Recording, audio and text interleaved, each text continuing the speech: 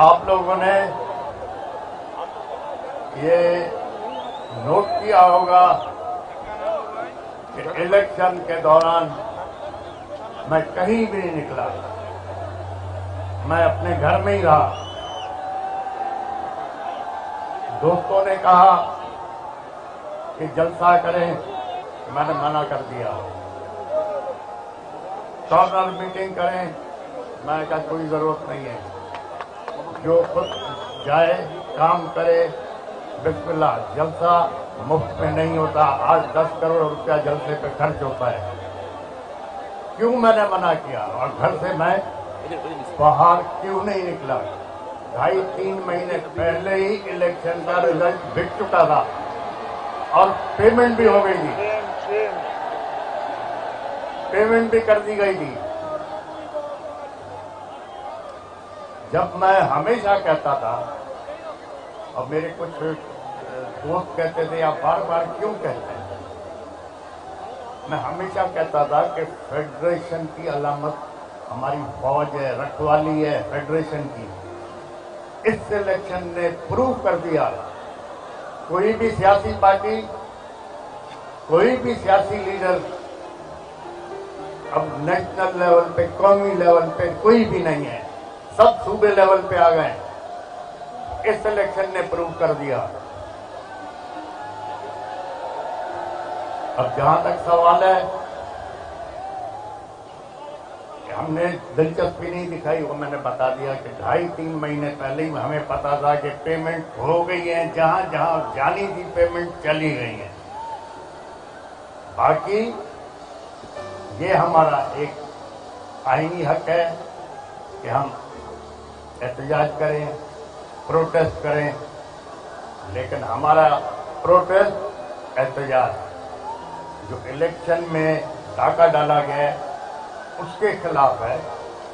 बाकी फौज हमारी अपनी है,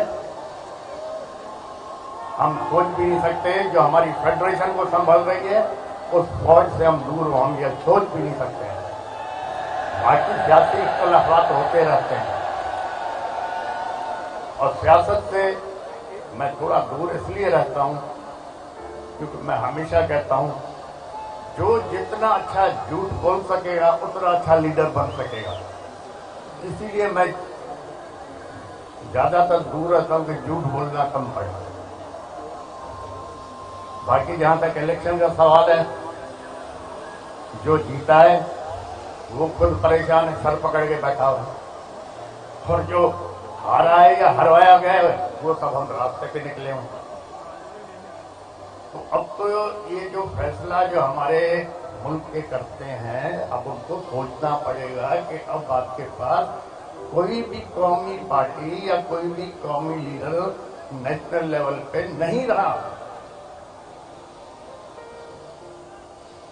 अब कौन बचा फेडरेशन संभालने वाला, सिवाय फौज के कौन बचा है? अब पलस्तीन में देखो क्या हशर है, गाजा में देखो क्या हशर है, लोग जूते खा रहे हैं, मर रहे हैं। अगर ये हमारी फौज नहीं हो तो हमारा भी यही हशर होगा। तो हम नहीं चाहते कि हम ख्वार हों, खराब हों। ये हमारी फौज है जिसकी वजह से हम इज्जत से भी बैठे हुए हैं, सुकून से बैठे हुए हैं। यही फौज हमारी बॉर्डर संभाल रही है, यही सरहदों को संभाल रही है, दहशतगर्दी से मुकाबला कर रही है। इसी वजह से हम आराम से घूम रहे हैं, फिर रहे हैं। बाकी जहां तक सवाल है इलेक्शन का, इस पर भी मैं जरूर थोड़ी रोशनी डालना चाहूंगा। अब इंट्रा पार्टी इलेक्शन है। इंट्रा पार्टी इलेक्शन जिस तरह पीटीआई ने कराया उसी तरह नून लीग ने कराया, उसी तरह पीपल्स पार्टी ने करवाया, उसी तरह फंक्शनल लीग ने कराया। अब उस पीटीआई के इंट्रा पार्टी इलेक्शन की वजह से ये क्या कौन सी है ये ECP इलेक्शन कमीशन اس نے زمین آسمان ایک کر دی. ابھی جو اتنی بڑی خرید و فروخت ہوئی ہے اس الیکشن میں، جنرل الیکشن میں، تو کہاں ہے یہ الیکشن کمیشن؟ کہاں سو رہی ہے؟ اس پہ بھی تو کچھ بولے. عمران خان کو سب چور کہتے ہیں. چلو ٹھیک ہے، چور ہے نا. کیا کیا ہے کوشا خانہ میں؟ کیا عمران خان سے پہلے جو لوگ آئے تھے پرائم منسٹر یا پریزیڈنٹ، ان لوگوں نے کچھ نہیں لیا کوشا خانہ سے؟ ان لوگوں نے گاڑیاں نہیں لی کیا کوشا خانہ سے؟ جبکہ قانوناً وہ گاڑیاں لے ہی نہیں سکتے. تو سر عمران خان چور ہے؟ میری نظر میں عمران خان چور نہیں ہے. میری نظر میں ہاں بیوقوفی ہو گئی ہوگی، غلطی ہوتی ہے. غلطی کس سے نہیں ہوتی؟ غلطی تو انسان سے ہوتی ہے.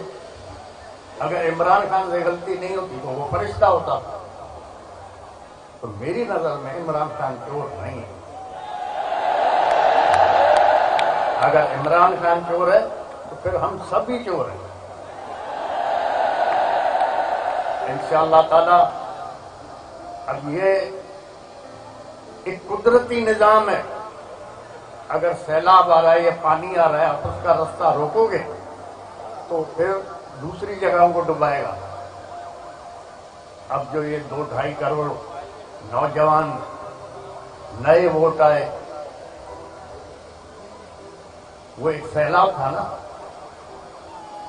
اب جب اس سیلاب کو روکا گیا تو اس کے نتیجے میں کیا ہوا؟ پاکستان کی تاریخ میں پہلی دفعہ آزاد امیدوار میجورٹی میں جیت گئے. سب کو ڈبا دیا انہوں نے.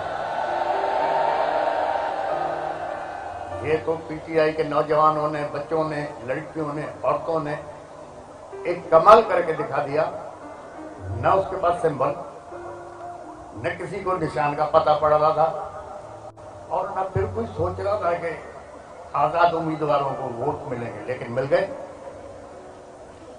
تو اگر کسی اس ملک میں اگر آپ انصاف نہیں دو گے، عزت نہیں دو گے، تو لوگ پھر انصاف کے لیے الگ راستہ نکالیں گے. کافی وقت پہلے اخبار پڑھ رہا تھا تو اس میں لکھا ہوا تھا کہ جناب 2 یا 3 آدمیوں کو پھانسی کی سزا ہو گئی. 8-10 سال کیس ان کا چلتا رہا. 8-10 سال کے بعد سپریم کورٹ نے فیصلہ کیا کہ یہ بے گناہ ہیں، ان کو آزاد کیا جائے. تو جیلر نے کہا جی آزاد کہاں سے کریں؟ 6 مہینے پہلے پھانسی ہو چکی ہے. اب ہمارے پاس انصاف تو ایسے چلتے ہیں. اب سپریم کورٹ کہہ رہا ہے اس کو آزاد کرو. جیلر کہتا ہم نے پھانسی دے دی کیونکہ اس کو پھانسی کی سزا ہوئی تھی. اپیل 10 سال کے بعد کورٹ نے سنی. تو جہاں نہ انصاف ہوگا نہ عزت ہوگی تو پھر لا اینڈ آرڈر تو ضرور خراب ہوگا. انشاءاللہ تعالی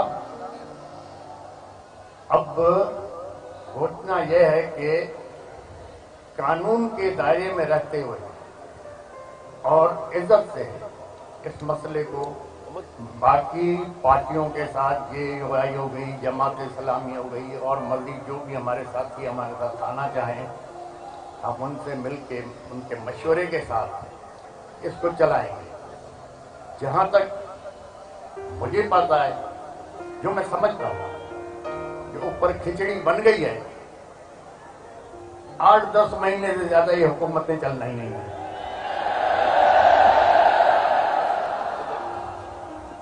8-10 مہینے سے زیادہ نہیں چلنا. اب پچھلے جو 20 مہینے حکومت تھی اس میں جو مہنگائی آسمان پہ گئی ہے، اس سے کیا ہوا ہے؟ اس سے ہوا یہ ہے کہ جو مڈل کلاس تھی وہ ختم ہوتی جا رہی ہے. اب اس الیکشن کے بعد آپ دیکھو مہنگائی آسمان پہ جائے گی. اب جب مہنگائی جائے گی تو آپ کا مڈل کلاس ختم ہو جائے گا، تباہ ہو جائے گا. معاشرے کو امیر آدمی نہیں چلاتا، نہ غریب چلاتا. माशरे को मिडिल क्लास चलाता है। जब मिडिल क्लास खत्म हो गया तो आपका माशरा खत्म हो जाएगा। तो खुदा के लिए जो ये देख रहे हैं हालात किस तरफ हमारे जा रहे हैं, इनको सोचना चाहिए। और ये 8-10 महीने से ज्यादा हुकूमत चलनी भी नहीं है। हो सकता है अब फौज ने सबको आजमा लिया, अब आजमाने के लिए बचा क्या है। हो सकता है इमरजेंसी डिक्लेयर हो जाए या मार्शल लॉ लग जाए। यही जज उसको प्रोटेक्शन देंगे, यही जज जो इधर बैठे हो, यही जज लीगल कवर देंगे। तो हालात अच्छे नहीं हैं। दूसरा, मेरे दोस्तों ने कहा कि हम बाइकआउट करें इलेक्शन। मैंने कहा नहीं, आप बिल्कुल लड़ें। अगर नहीं लड़ते इलेक्शन तो हम कैसे लोगों को एक्सपोज करेंगे। अगर कुछ दोस्तों के कहने पे हम बाइकआउट करते हैं तो ये लोग एक्सपोज ही नहीं होते। अब इतने बुरी तरह से एक्सपोज हो गए कि नेशनल और इंटरनेशनल लेवल पे ये बदनाम हो गए। इस इलेक्शन को कौन मानेगा, क्योंकि सारे इलेक्शन फ्रॉड पे थे, रिजल्ट पहले भी किए हुए थे। तो इंशाल्लाह देखिए, खुदा अच्छा करेगा। खुदा ताला आप लोगों को, इस मुल्क को, हमारी फौज को अपने हिफ्ज़ व अमान में रखे और हर आफत, आजमाइश, तकलीफ, दुश्वारी से पनाह में रखे। हमारे जजों को, हमारी फौज को खुदा रहनुमाई फरमाए। इस कौम के, इस अवाम के फायदे के लिए सोचें और काम करें। आप लोगों की सबकी मेहरबानी। आप लोग दूर से आए, और दूसरा ज्यादा मैं तकरीर कर भी नहीं सकता, तकरीर मुझे आती नहीं। मेहरबानी। खुदा हाफ़िज़।